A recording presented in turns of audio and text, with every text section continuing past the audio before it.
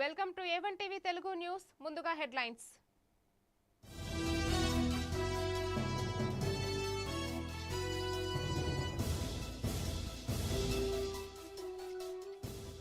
ప్రజలకు అందుబాటులోకి నాణ్యమైన వైద్య సేవలు. పెనుమలూరులో అంకుర క్లినిక్స్ ను ప్రారంభించిన ఎమ్మెల్యే ప్రసాద్.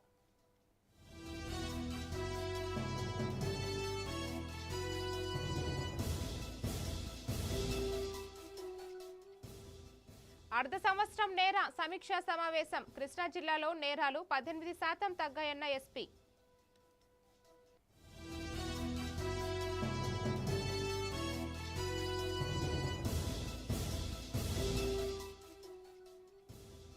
విజయనగరంలో అవయవ దానంపై భారీ అవగాహన ర్యాలీ. ప్రాణదాతలుగా మారాలని ప్రజలకు పిలుపు.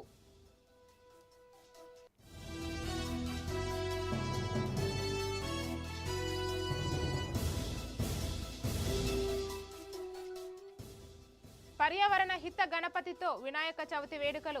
మంగినపూడి తీరంలో 63 అడుగుల మట్టి గణపతి.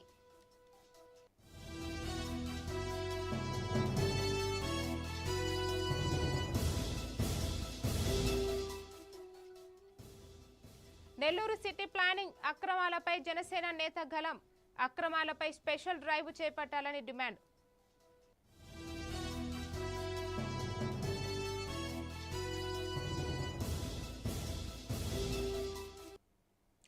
ఇక డీటెయిల్స్ చూస్తే కృష్ణా జిల్లా మచిలీపట్నంలోని మంగినపూడి సాగర తీరంలో 63 అడుగుల భారీ మట్టి విజయ గణపతి విగ్రహాన్ని ప్రతిష్ఠించేందుకు ఏర్పాట్లు చేస్తున్నారు. వినాయక చవితి సందర్భంగా ఘనంగా ఉత్సవాలు నిర్వహించనున్నట్లు మంగినపూడి సాగర తీర మహాగణపతి ఉత్సవ సేవా సమితి తెలిపింది. పోర్టు పరిశ్రమల నిర్మాణం ఎలాంటి విఘ్నాలు లేకుండా పూర్తవ్వాలని ప్రత్యేక ప్రార్థనలు చేయనున్నారు. పర్యావరణ పరిరక్షణకు ప్రాధాన్యత ఇస్తూ మచిలీపట్నం పరిసర ప్రాంతాల నుంచి పవిత్ర మట్టిని సేకరించి విగ్రహాన్ని తయారు చేస్తున్నారు. మన తెలుగు 2 రాష్ట్రాల నుంచి కూడా దాదాపు 5 లక్షల మంది బీచ్ ఫెస్టివల్లో పాల్గొని చాలా ఆనందదాయకంగా మన బందర్లో ఆనందపరిచి వెళ్ళటం జరిగింది. మరి 63 అడుగుల విగ్రహాన్ని ప్రధానంగా మనం నిర్వహిస్తే ముందు మన బందరు చాలా పెద్ద నిర్వహణ కార్యక్రమాలు చేయవలసిన అవసరం అయితే ఉంది. ఇబ్బంది రాకుండా బందరు అభివృద్ధి చెందటానికి ఈ 63 అడుగుల మట్టి విగ్రహాన్ని నిర్మించటానికి ఆయన కంకణం కట్టుకున్న దానికి మేమందరం భద్రులమై ఒక కమిటీని ఏర్పాటు చేసుకున్నాం. అదేవిధంగా మరి రేపు 9 రోజులు నవరాత్రులు, గణపతి నవరాత్రులు జరుగుతాయి. సుమారుగా రోజుకు 1 లక్ష మంది వరకు రావచ్చని చెప్పి మాకైతే ప్రాథమిక అంచనాలు ఉన్నాయి. దీన్ని ఈ 11 రోజులు కూడా నిర్విఘ్నంగా నిర్వహించి భవిష్యత్తులో కూడా దీన్ని కొనసాగించాలని, మరింత ముందుకు బందరు వెళ్ళటానికి, బందరు అభివృద్ధి చెందటానికి మరి ఈ గణపతి ఆశీస్సులు మన తెలుగు రాష్ట్రాల నుంచి అనేక ప్రాంతాల నుంచి కూడా వచ్చి ఆ విజయ గణపతి యొక్క ఆశీస్సులు బాపట్ల జిల్లా చీరాల నియోజకవర్గం వేటపాలెం మండలం పుల్లహరిపాలెం పంచాయతీ పరిధిలోని బచ్చులవారిపాలెంలో అగ్ని ప్రమాదం చోటు చేసుకుంది. విద్యుత్ షార్ట్ సర్క్యూట్ కారణంగా ఓ ఇంటికి మంటలు అంటుకుని పక్కనే ఉన్న 2 గడ్డివాములకు వ్యాపించాయి. ప్రాణ నష్టం జరగకపోవడంతో స్థానికులు ఊపిరి పీల్చుకున్నారు. ఈ ఘటనలో సుమారు 3 నుంచి 4 లక్షల వరకు ఆస్తి నష్టం జరిగినట్లు అంచనా వేస్తున్నారు.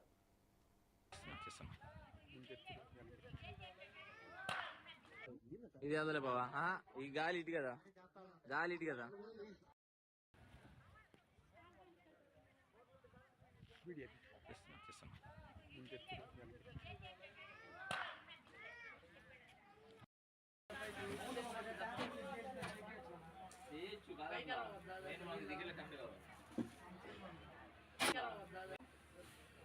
డబ్బులు బర్రెందోళ్ళు వస్తానికి పోయేటోడికి ఇల్లు తగలబడింది.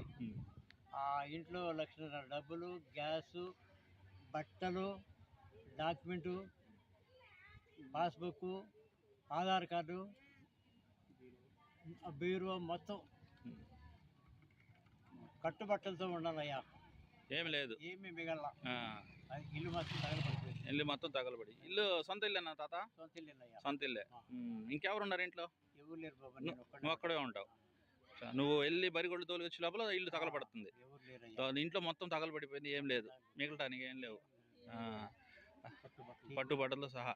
టీవీ బంగారం గట్ల ఏమైనా ఉందా లోపల? బంగారం ఇంటి డాక్యుమెంట్లు, డాక్యుమెంట్ డబ్బు, పాస్బుక్ ఉమ్, లక్షల డబ్బులు ఆధార్ కార్డు ఉమ్. ఇవి. రంగారెడ్డి జిల్లా అమనగల్లో నిర్మిస్తున్న నూతన 50 పడకల ప్రభుత్వ ఆసుపత్రి నిర్మాణ పనులను డీసీహెచ్ఎస్ డాక్టర్ అనురాగిని పరిశీలించారు. భవన నిర్మాణ పురోగతి, మౌలిక వసతులను తనిఖీ చేసి అధికారుల నుంచి వివరాలు తెలుసుకున్నారు. నాణ్యతా ప్రమాణాలు పాటిస్తూ పనులను త్వరితగతిన పూర్తి చేయాలని సూచించారు. ఆసుపత్రి అందుబాటులోకి వస్తే ఆమనగల్ పరిసర ప్రాంతాల ప్రజలకు మెరుగైన వైద్య సేవలు స్థానికంగానే అందుతాయని తెలిపారు. ఇప్పుడు ఆమంగల్ హాస్పిటల్ మొత్తం సివిల్ వర్క్ అంతా అయిపోయింది. సో ఫైనల్ ఫినిషింగ్ ఏమైనా ఉంటే విజిట్ చేసి ఏమన్నా మార్పులు చేర్పులు ఉంటే వీళ్ళకి వర్క్ చేసే వాళ్ళకి మనం సజెస్ట్ చేస్తే దాన్ని బట్టి ఏమన్నా మనకి వాళ్ళు మోడిఫికేషన్స్ అవి ఇవి చేసి రేపు ఫ్యూచర్లో మనం ఇక్కడ హై రిస్క్ కేసులు చేసినా ఏది చేసినా పేషెంట్లకు కూడా ఇబ్బంది కాకుండా ఉంటుంది. సో అన్ని విజిట్ చేసి వాళ్ళకి కొన్ని మార్పులు చెప్పినాము. హాస్పిటల్ అయితే రెడీగా ఉంది. ఈ మంత్ ఎండ్ వరకు అయితే ఆల్మోస్ట్ అయిపోతుంది. సో అయ్యిందే ఇంకా మినిస్టర్ సార్ ఎమ్మెల్యే సార్ వాళ్ళు అందరం వెళ్ళి మేము టైం తీసుకొని కబర్డ్స్, కొన్ని సర్జరీస్, కొన్ని pipe lines, oxygen pipe lines, కొన్ని అంటే ఇప్పుడు కాయకల్ప నామ్స్ బట్టి కొన్ని పెట్టాల్సి వస్తుంది అన్నమాట. కొన్ని ట్యాప్స్ కానీ అవి కానీ. సో దాన్ని బట్టి కొన్ని సజెషన్స్ ఓటీలో, లేబర్ రూమ్లో, అక్కడ క్యాజువాలిటీలో అక్కడ కొన్ని సజెషన్స్ చేసినాము. వాళ్ళు మారుస్తా అని చెప్పిండ్రు. సో అది చాలా మైనర్ రిపేర్స్ ఉన్నాయి. అవి అయిపోతే ఇంకా ఆల్మోస్ట్ కంప్లీట్ అయిపోతుంది.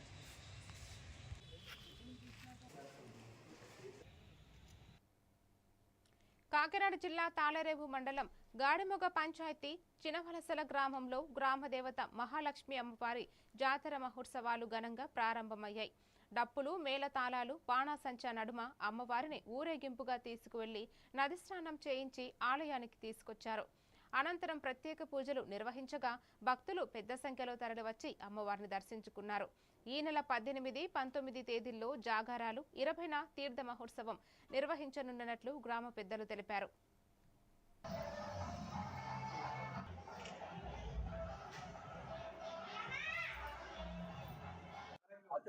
మాది కాకినాడ జిల్లా గాడిమొగ పంచాయతీ చిన్నవలసల గ్రామం. ఈరోజు మా మహాలక్ష్మి లెగదీసిన సందర్భంలోను నా పేరు వెంకటేశ్వర. పూర్వకాలం నుంచి మా తాతల కాంచి వచ్చి అన్నీ మాకు నాంచారుపాకంగా జరిగేది. అంటే యూత్ వచ్చిందని ఏదో మేము సరదాగా ఏదో సరదాగా గడుపుకుని ఎన్నో సరదాగా చేసుకుంటున్నాం. ఈవేళ నిలబెట్టాం మా తల్లిని.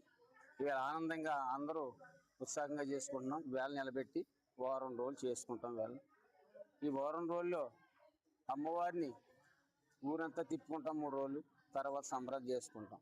ఈ సంబరాల్లో ఆ ఉత్సాహం ఆనందంగానే జీవించి మహాతల్లి అందరినీ కరుణ కటాక్షంతో, ఆరోగ్యాలతో, సుఖ సంతోషాలతో అందరినీ ఆనందంగా జీవించే భాగ్యం కలిగిస్తుందని ఇప్పుడు ఉత్సాహం చేసి. కాకినాడ జిల్లా గాడిమొగ పంచాయతీ చిన్నవలసల గ్రామం.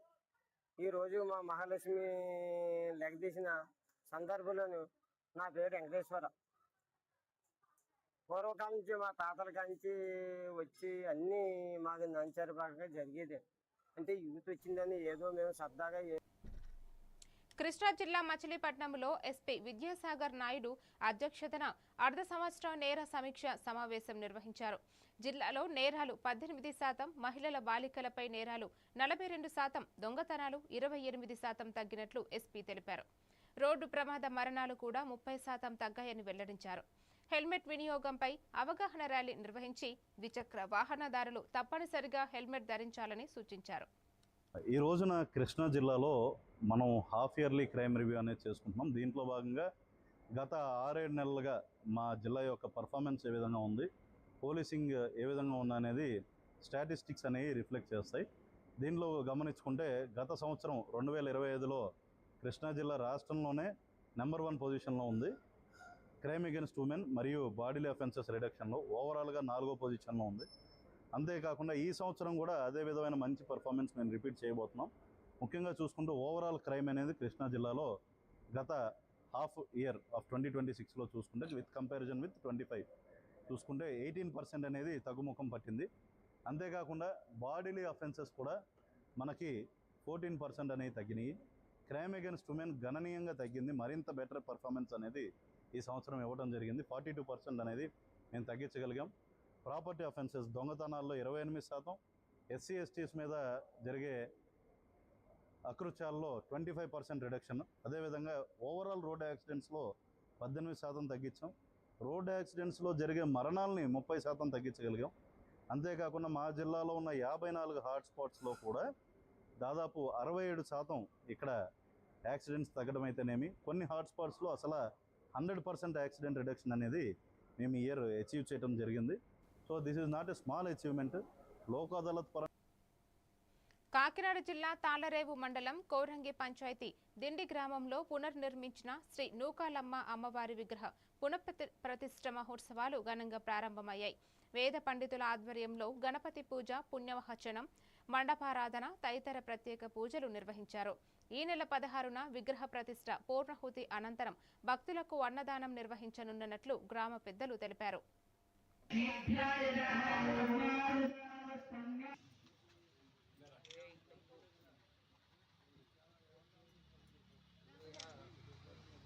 కోరంగి చివరి గ్రామం అయినటువంటి దిండి అనే గ్రామంలో పూర్వకాలంలో 150 సంవత్సరాల కిందట ఈ గ్రామాన్ని రక్షించడానికి ఆనాడు ప్రజలకి తెలియపరిచి తనంతట తాను వెలిసినటువంటి ఆలయమే నూకాలమ్మ వారి ఆలయం.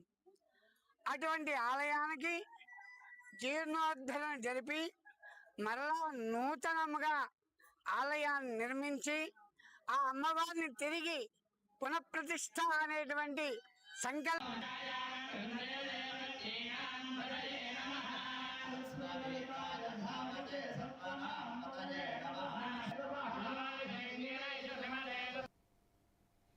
అంతర్జాతీయ అవధాతల దినోత్సవం సందర్భంగా విజయనగరం జిల్లాలో అవయవ దానంపై అవగాహన కల్పించేందుకు భారీ ర్యాలీ నిర్వహించారు. రాష్ట్ర సంఘం సెక్రటరీ శనకం శివాజీ మాట్లాడుతూ అవయవ దానం ద్వారా మరొకరికి పునర్జన్మ అన్నారు. బ్రెయిన్ డెడ్ వ్యక్తుల అవయవాలను గ్రీన్ కారిడార్, ఎయిర్ అంబులెన్స్ ద్వారా అవసరమైన వారికి తరలిస్తామని చెప్పారు. ప్రజల్లో అవగాహన కోసం అన్ని జిల్లాల్లో పర్యటిస్తున్నట్లు తెలిపారు. కార్యక్రమంలో విద్యార్థులు, ఆసుపత్రి సిబ్బంది పాల్గొన్నారు. అటువంటిప్పుడు ఏంటంటే బ్రెయిన్ పనిచేయదు, బ్రెయిన్ పూర్తిగా డెత్ అయిపోతుంది.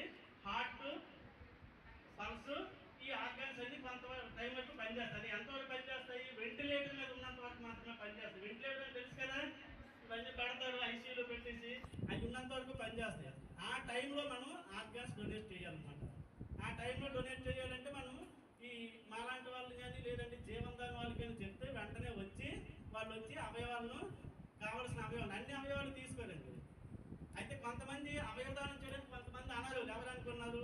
టీబీ, క్యాన్సర్, తర్వాత హెచ్ఐవి ఇటువంటి సివియర్ జబ్బులు ఉన్న వాళ్ళు ఎవరు కూడా అవయవదానం చేయడానికి పనికిరారు. ఆరోగ్యవంతంగా ఉండాలి. బ్రెయిన్ డెత్ అయిన వాళ్ళైనా అటువంటి వాళ్ళు మాత్రమే చేస్తారు. ఒక డాక్టర్ల బృందం వస్తుంది, టీము, ఒక 5 డాక్టర్స్, ఇంపార్టెంట్ డాక్టర్స్ వచ్చి అవయవాలు చెక్ చేసి ఏ పనికి వస్తుంది ఏ పని కాదు తీసుకొని వాటిని ఒక గ్రీన్ కారిడార్ ద్వారా ఇక్కడ మన విజయనగరంలో చేశారనుకోండి, వైజాగ్ పంపించాలి. ఇక్కడ నుండి ఏం చేస్తారంటే పోలీసులు, కలెక్టర్ గారు వీళ్ళందరూ కూడా ఒకటి మొత్తం. ఏలూరు జిల్లా చింతలపూడి నియోజకవర్గం ధర్మాజిగూడెంలోని ముసునూరు నాగేశ్వరరావు జూనియర్ కాలేజీలో ఆర్థికంగా ఇబ్బందులు పడుతున్న విద్యార్థుల ఫీజుల కోసం దాతలు 50,000 ఆర్థిక సహాయం అందించారు. పెదబాబు, బుచ్చయ్యలు ప్రతి సంవత్సరం విద్యార్థులకు అండగా నిలుస్తున్నారని కళాశాల యాజమాన్యం తెలిపింది. ఆర్థిక ఇబ్బందులతో ఏ విద్యార్థి చదువు మధ్యలో ఆపకూడదని కళాశాల అభివృద్ధికి సహకరిస్తామని కూటమి నాయకులు తెలిపారు. దీనికి లెక్చరర్స్ ఒక 4 గెస్ట్ లెక్చరర్స్ని మన పెదబాబు గారు, ఉజ్జీ గారు సహకారంతో ఎమ్మెల్యే గారు ప్రారంభించారు.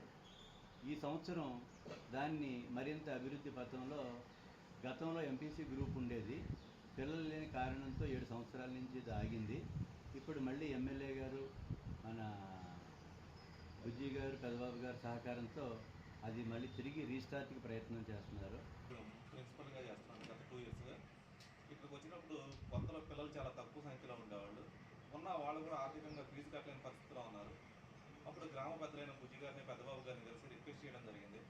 వాళ్ళు పిల్లలకి ఆర్థికంగా సహాయం చేస్తామని ముందుకు వచ్చి వాళ్ళు ఇచ్చిన మాట ప్రకారం లాస్ట్ ఇయర్ ఒక 30,000 రూపాయల డబ్బులు పెట్టి పిల్లల యొక్క ఆర్థిక విధానాన్ని మెరుగుపరిచారు.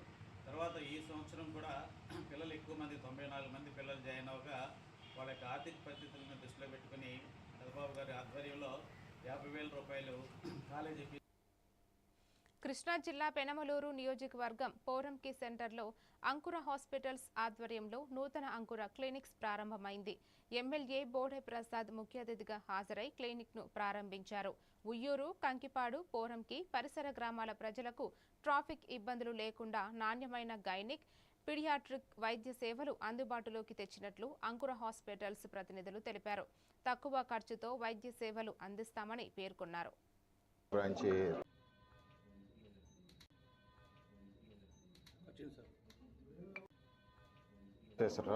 అంకుర hospital for women and children Vijayawada branch regional డైరెక్టర్గా ఉన్నాను ఆంధ్రప్రదేశ్ స్టేట్కి. అంకుర hospital for women and children విజయవాడలో స్టార్ట్ చేసి 5 years అవుతుంది. ఇప్పటివరకు చాలా మంచి సేవలు, క్వాలిటీ సేవలు అఫోర్డబుల్ ప్రైసెస్లో అందిస్తున్నాము. వేగంగా అభివృద్ధి జరుగుతున్న ప్రదేశం పోరంకి, కానూరు, పెనమలూరు ఏరియా. ఈరోజు విజయవాడలో దొరికే బ్రాండెడ్ అన్నీ కూడా షాపింగ్ మాల్స్, అలాగే గోల్డ్ షాప్స్ అన్నీ కూడా ఈ ప్రాంతంలో బందర్ రోడ్లో రావటం జరిగింది. ఇప్పుడు హాస్పిటల్స్ కూడా దాదాపుగా కార్పొరేట్ హాస్పిటల్స్ అన్నీ కూడా మనకు అందుబాటులో ఉండటం. ఇప్పుడు ప్రత్యేకంగా అంకుర హాస్పిటల్ పిల్లల వైద్యశాల అనేది ఇక్కడ ప్రారంభోత్సవం చేయటం జరిగింది. ఈ సందర్భంగా ఈ సేవలన్నీ కూడా ప్రజలందరూ కూడా ఉపయోగించుకోవాల్సిందిగా కోరుతా ఉన్నాం. ఇంత చక్కటి హాస్పిటల్ మనం మళ్ళీ టౌన్లోకి వెళ్తే ట్రాఫిక్ కానీ లేకపోతే టైం కానీ తీసుకుంటుంది. కానీ మంచి వైద్యుల్ని ఇక్కడే నియమించి ఇక్కడ ఈ హాస్పిటల్ ఓపెన్ చేసినందుకు వారికి కూడా అభినందనలు తెలియజేస్తూ బెస్ట్ ఆఫ్ లక్ తెలియజేస్తాం. నెల్లూరు జిల్లా నగరపాలక సంస్థ సర్వసభ్య సమావేశంలో సిటీ ప్లానింగ్ విభాగంలో జరుగుతున్న అక్రమాలపై జనసేన సీనియర్ నేత కోఆప్షన్ సభ్యుడు నూనె మల్లికార్జున యాదవ్ తీవ్ర ఆందోళన వ్యక్తం చేశారు. భవన నిర్మాణాల్లో నిబంధనలు ఉల్లంఘిస్తున్నారని, రోడ్ల ఆక్రమణలను అధికారులు పట్టించుకోవడం లేదని ఆరోపించారు. అక్రమాలపై సమగ్ర విచారణ చేపట్టి ప్రత్యేక డ్రైవ్ నిర్వహించి బాధ్యులపై కఠిన చర్యలు తీసుకోవాలని మున్సిపల్ కమిషనర్ను డిమాండ్ చేశారు. ఈ అంశంపై సమావేశంలో వాగ్వాదం చోటు చేసుకుంది.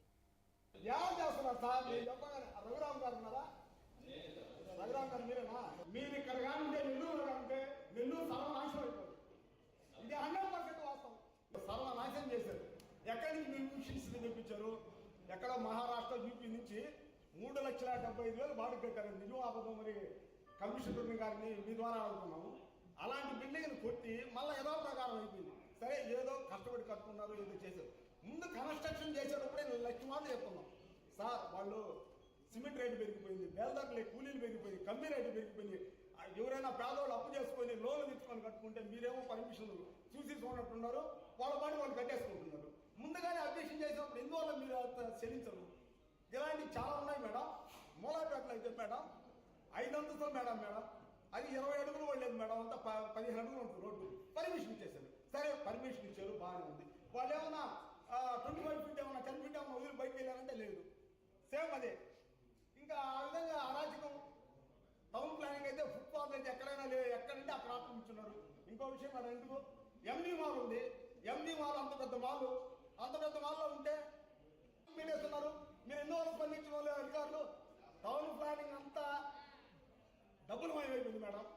ఎంతంటే ఇప్పుడు అధికారులు అందరికీ అంటలేదు, కొంతమంది అధికారుల వల్ల నెల్లూరు కార్పొరేషన్కి, మన కమిషనర్ గారికి, గవర్నమెంట్కి చెడ్డ పేరు వస్తుంది.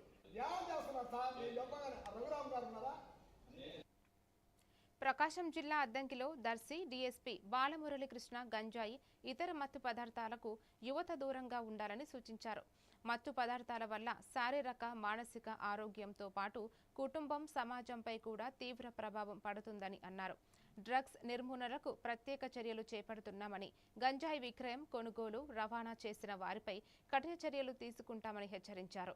అనుమానాస్పద సమాచారం ఉంటే వెంటనే పోలీసులకు తెలియజేయాలని ప్రజలను కోరారు.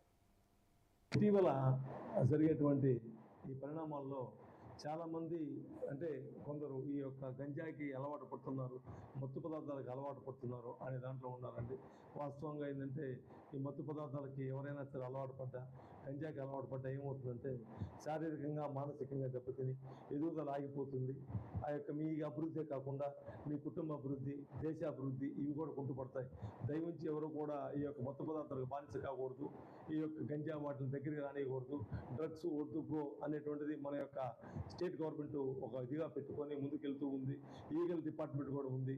అదేవిధంగా ప్రతి దగ్గర కూడా ఏంటంటే హాట్ స్పాట్స్ పెట్టి డ్రగ్స్ ఎక్కడ దొరకకుండా ఎవరైనా అమ్మినా, కొన్నా, సరఫరా చేసినా కేసులు కట్టడం జరుగుతూ ఉంది.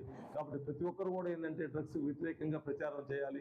డ్రగ్స్ అమ్ముతున్నట్లు కానీ సేవిస్తున్నట్లు కానీ మీ దృష్టికి వస్తే ఖచ్చితంగా పోలీసు వారికి తెలియపరచాలి, తగిన చర్య తీసుకుంటాము. అదేవిధంగా వచ్చేదంటే డ్రగ్స్ వద్దు అనే నినాదంతో మన ఆంధ్రప్రదేశ్లో, మన అద్దంకిలో, మన ఏరియాలో ఎక్కడ కూడా డ్రగ్స్ లేకుండా చేస్తామని. అనకాపల్లి జిల్లా చీడికాడ మండలంలో కేంద్ర రాష్ట్ర ప్రభుత్వాల ప్రజా వ్యతిరేక విధానాలను నిరసిస్తూ సిపిఐ ఆధ్వర్యంలో బైక్ ర్యాలీ నిర్వహించారు. జిల్లా సహాయ కార్యదర్శి రెడ్డిపల్లి అప్పలరాజు మాట్లాడుతూ రైతులు, కార్మికుల సమస్యలపై ప్రజల్లో చైతన్యం కల్పించేందుకే ఈ ర్యాలీ చేపట్టినట్లు తెలిపారు. నిత్యావసర వస్తువుల ధరల నియంత్రణ, పంటలకు చట్టబద్ధమైన కనీస మద్దతు ధర, కార్మిక హక్కుల పరిరక్షణ, మహిళా రిజర్వేషన్ అమలు తదితర డిమాండ్లను ప్రభుత్వం వెంటనే పరిష్కరించాలని కోరారు.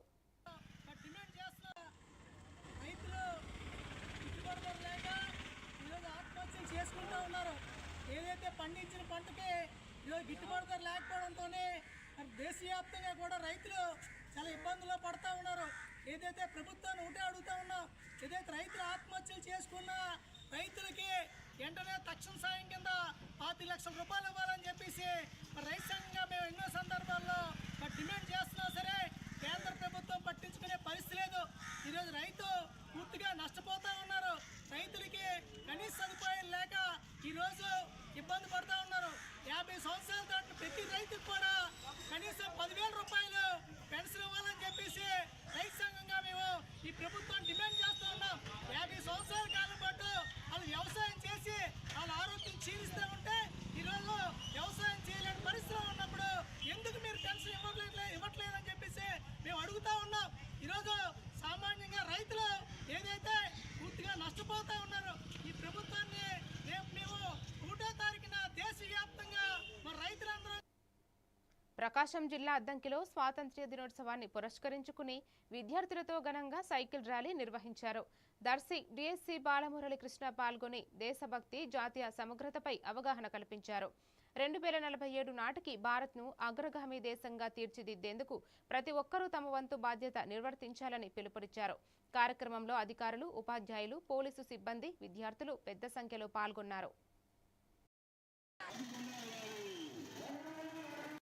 B Balamurali Krishna, Darsi sub divisional police officer నండి. ఈరోజు అద్దంకిలో సైకిల్ ర్యాలీ విద్యార్థులు కలిసి చేయడం జరిగింది. దీంట్లో అనేక మంది ఉపాధ్యాయులు, సిడిపిఓ, అదేవిధంగా నేను, మా ఎస్ఐలు, సిబ్బంది, సిఈ గారు అందరం పాల్గొన్నాం. దేశభక్తిని పెంపొందించే విధంగా, దేశాభివృద్ధికి తోడ్పడే విధంగా మా వంతు పాత్ర, అదేవిధంగా పిల్లల పాత్ర, అదేవిధంగా పెద్దల పాత్ర, అందరూ కూడా ఏ విధంగా దేశాన్ని అభివృద్ధి పరిచేందుకు వాళ్ళు ఏం చేయాలా, వాళ్ళ పాత్ర ఏమిటి అనే దాని మీద ఏంటంటే ఒక కంక్లూషన్తో, ఒక విజన్తో చేసేవండి. ఇది ప్రతి ఒక్కరూ ఏంటంటే దేశం మీద నేషన్ ఫస్ట్ అనే దాని మీద ఈరోజు ఈ విధంగా ఒక ర్యాలీ చేయడం జరిగింది. చాలా ఆనందంగా ఉంది. 2047 సంవత్సరానికి భారతదేశం ప్రపంచంలో అగ్రగామిగా ఉండేందుకు ప్రతి ఒక్కరు తమ వంతు కృషి ఏం చేయగలుగుతారు, వాళ్ళ గోల్స్ ఏమిటి, ఆ గోల్స్తో అభివృద్ధి ఏమిటి, వాళ్ళ అభివృద్ధి అదేవిధంగా దేశాభివృద్ధి రెండింటినీ తోడ్పడే దేశభక్తి, దేశం యొక్క దేశం మీద ఉన్న ప్రేమ వాళ్ళకి రావాలని ఈ కార్యక్రమాన్ని గత 2-3 రోజుల నుంచి జరపాలని ప్రభుత్వం. సిద్దిపేట జిల్లా మిరుదొట్టి మండలం కాసులాబాద్ హబ్సిపూర్లో ప్రధాన బీటీ రహదారి పూర్తిగా దెబ్బతిని చిన్నపాటి వర్షానికే బురదమయంగా మారుతోంది. దాదాపు 15 ఏళ్లుగా మరమ్మతులు చేపట్టకపోవడంతో ప్రజలు తీవ్ర ఇబ్బందులు పడుతున్నారు. రోడ్డు దుస్థితి కారణంగా గతంలో ఓ విద్యార్థి ప్రాణాలు కోల్పోయిన ఘటనను గుర్తు చేస్తూ వెంటనే రహదారిని మరమ్మతు చేయాలని గ్రామస్తులు ప్రభుత్వాన్ని కోరుతున్నారు.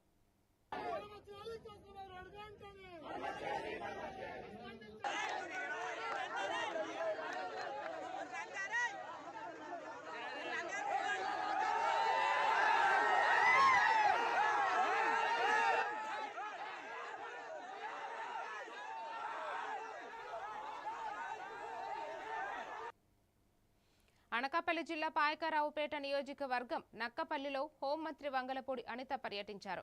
కూటమి ప్రభుత్వం 2 ఏళ్లు పూర్తి చేసుకున్న సందర్భంగా ఇంటింటి ప్రచారం నిర్వహించి ప్రజల సమస్యలను తెలుసుకుని వాటి పరిష్కారానికి కృషి చేస్తామని హామీ ఇచ్చారు. అనంతరం రోడ్డు ప్రమాదంలో మృతి చెందిన విద్యార్థి వరహలబాబు కుటుంబాన్ని పరామర్శించి వారికి ప్రభుత్వం అండగా ఉంటుందని భరోసా కల్పించారు.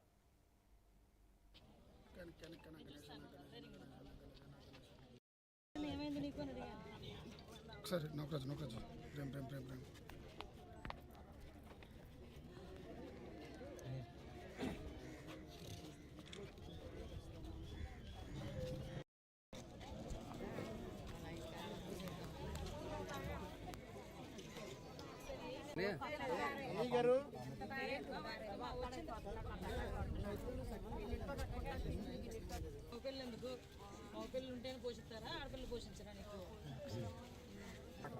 ఆడపిల్లలు పోషించరా నీకు? మరిన్ని డీటెయిల్స్ తో మళ్ళీ కలుద్దాం. కీప్ వాచింగ్ ఏవంటివి తెలుగు న్యూస్.